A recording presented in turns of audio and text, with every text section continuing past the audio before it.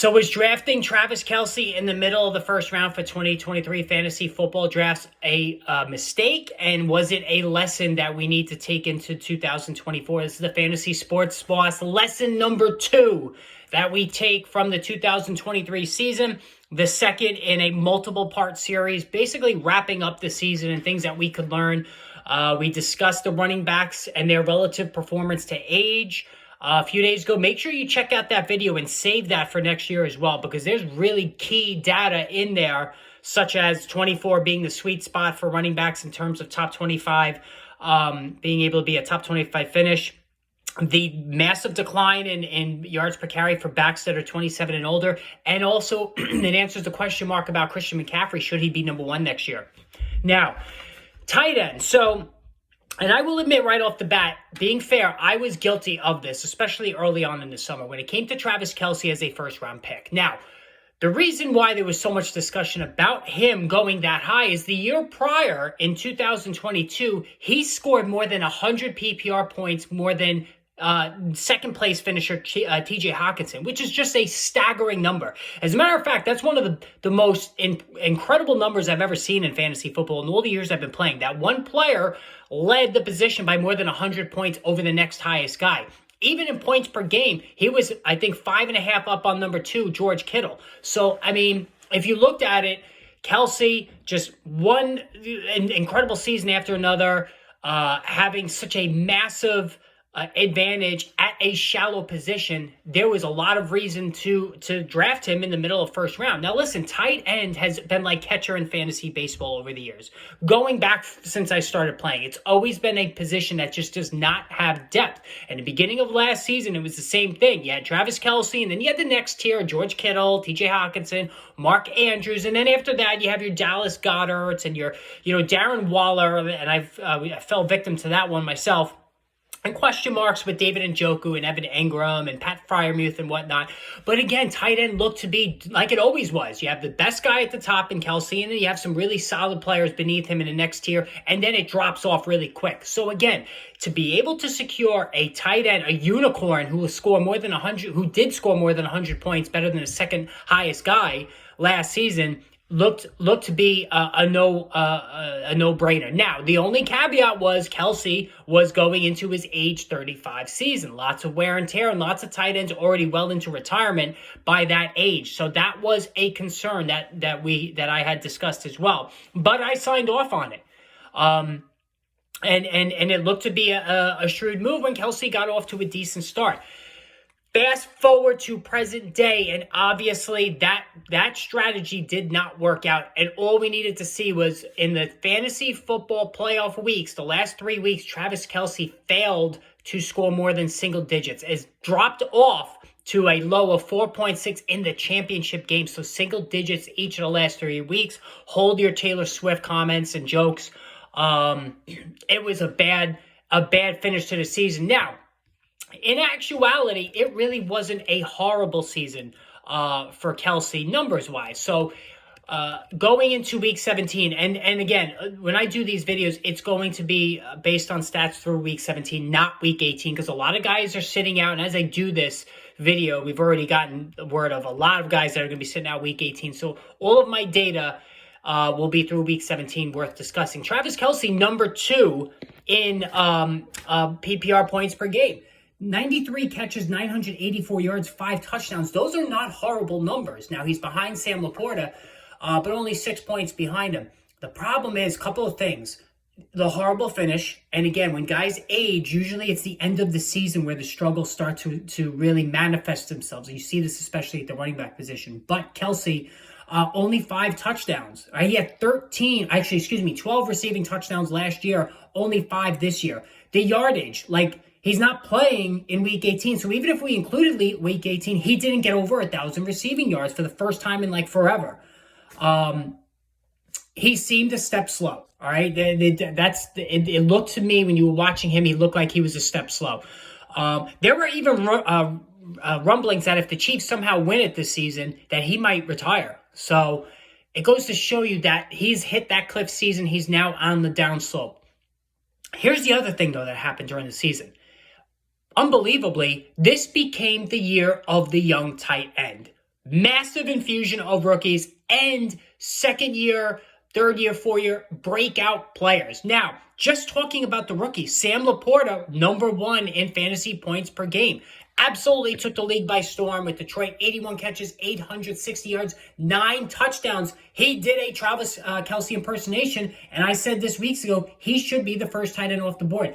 Then you have guys like Dalton Kincaid, who while Dawson Knox was out, looked like a top 6-7 tight end. He's catching everything in sight and was on an 80 catch pace without Dawson Knox. Now, of course, Knox is back and the numbers dropped off a bit. Only had 2 PPR games where he scored double digits with Knox on the field. That's a little bit of a concern for next year. But again, another infusion of a young guy. Then you have the Green Bay Packers, whether it was Luke Musgrave, whether it was Tucker Kraft, you had 2 rookies, not 1, but 2 that contributed solid numbers throughout the course of the season. And then the second year guys, Jake Ferguson, really, really solid season. Now, he was a little bit touchdown dependent, but Trey McBride, I absolutely have a man crush on him. He will be on all of my teams next year.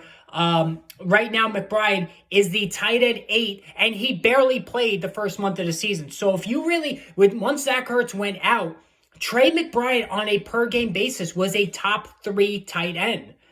All right. He was unbelievable. And just the fact that he was able to finish tight end 8 with, again, not really playing at all in September goes to show you the upside.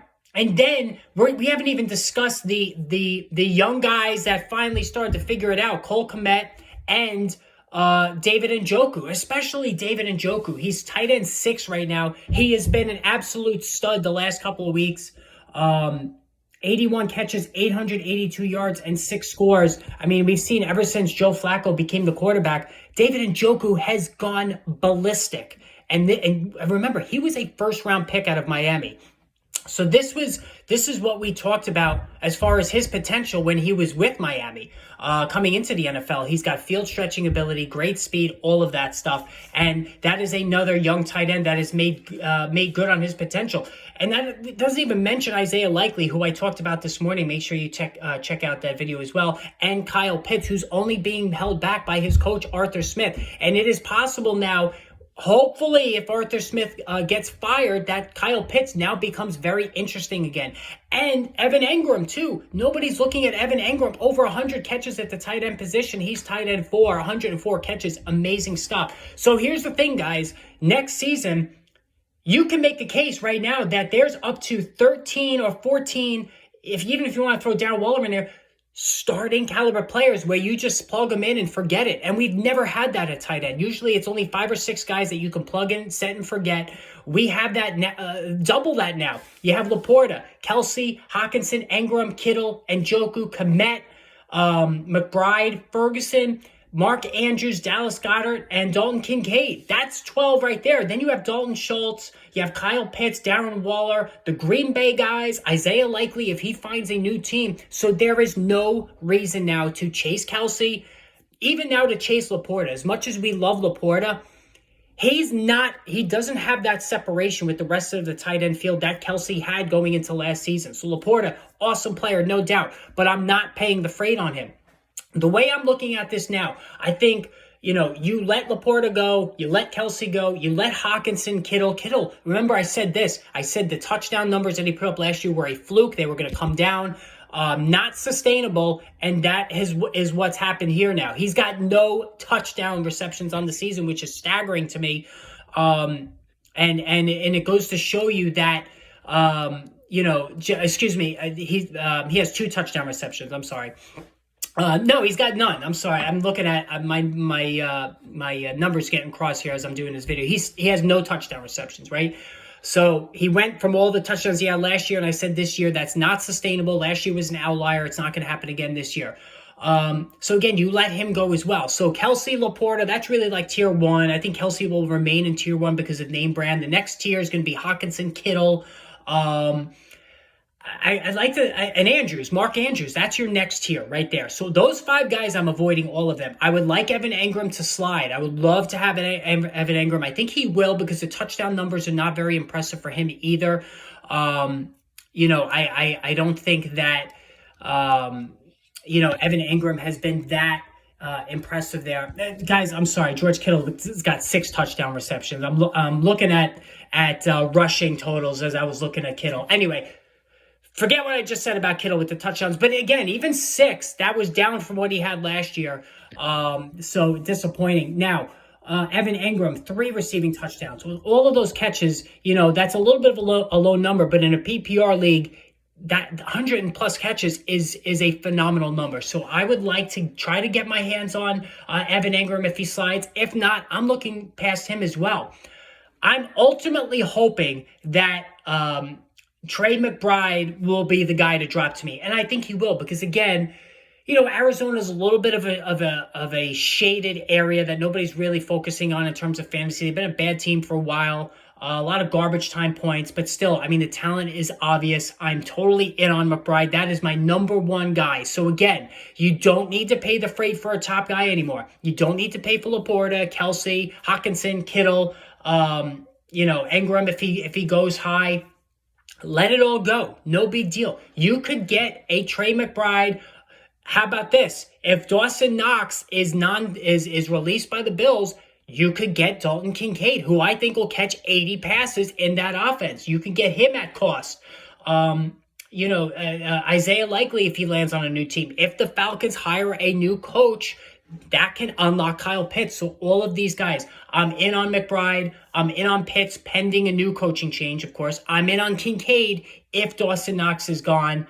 Isaiah Likely certainly with a new team. I'm in on David Njoku. I think David Njoku, it's an exciting finish, but I still think people are a little bit wary of him given his earlier production. That was very disappointing over the years, but I'm totally in on David Njoku if he slides far enough. So again, the lesson number 2, we don't need to pay for Travis Kelce anymore at the top, and we don't need to pay the freight on tight ends at the top of the draft. Sam Laporta scored 222 fantasy points. The 12th highest guy was Dallas Goedert, 139. So that obviously less than 100 points separate 1 to 12. And remember, Goddard missed time with injury. So did Mark Andrews, who's at 11 at 135.